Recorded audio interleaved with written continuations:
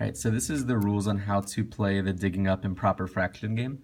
And what you'll need is one of these papers. Your partner will also need one of these papers too. You'll need a deck of number cards, and those number cards are over in the yellow bin. And the way you'll play is you'll take turns. One person goes at a time, the other person's solving through the problem too, maybe in their math notebook, just so that way you can check your partner's work and make sure they're solving through these correctly. And what you'll do is you'll flip over two cards. Let's say I get a 17. Normally I'm going to take two cards off the top of the deck, but I'm just going to take two different ones for a shorter example. So I've got 4 and 17.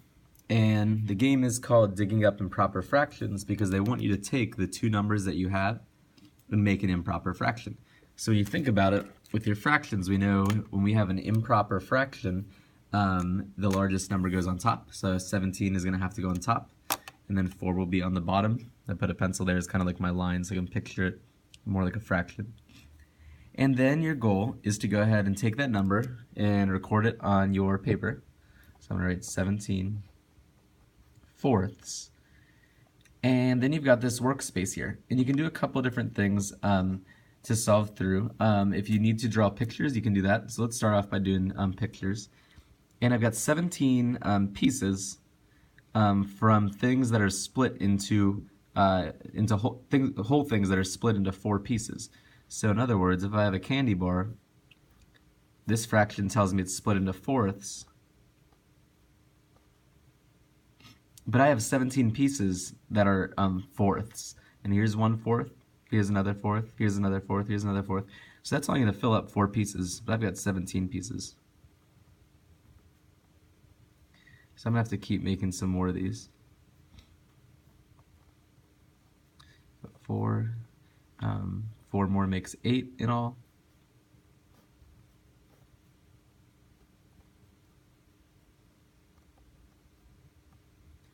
I'm just counting by 4s. I could count these one at a time, but counting by 4s makes sense. So now I've got 4, 8, 12, 16, but I've got 17 pieces.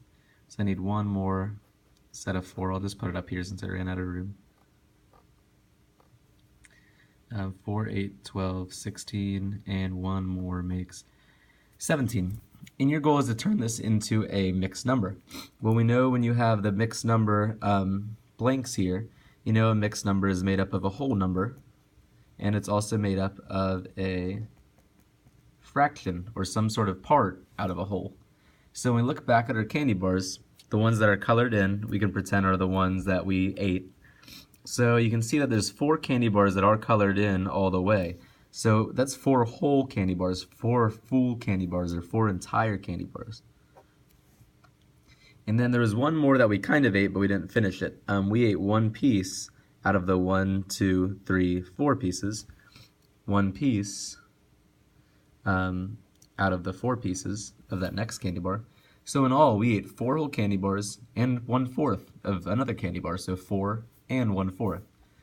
When I look at my number line here, I can immediately find 4, but I know I have to go a little bit past because I ate 4 full candy bars and 1/4 of a candy bar.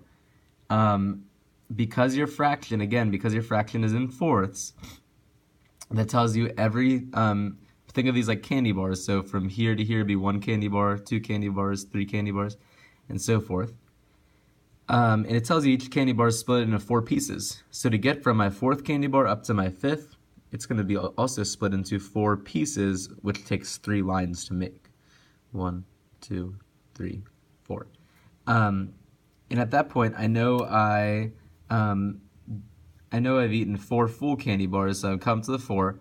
But my mixed number also tells me I ate 1/4. So I need to go 1 out of 4 past the 4, which would be right to this spot right here. And then I'll just mark it with this circle. And if you want to write the mixed fraction under there, you can do that too. Don't have to, but that's fine. And that's how you play. The goal is to work as a team to make sure you both are understanding improper fractions and how to take them and turn them into mixed numbers. As you get good at this game, I want you to figure out a quicker trick than having to draw all these. There's actually a multiplication trick you can use. that's going to save you a lot of time. So see if you can figure out that trick. If you have any questions, to come ask me or ask a friend, and you guys will do really good with this game.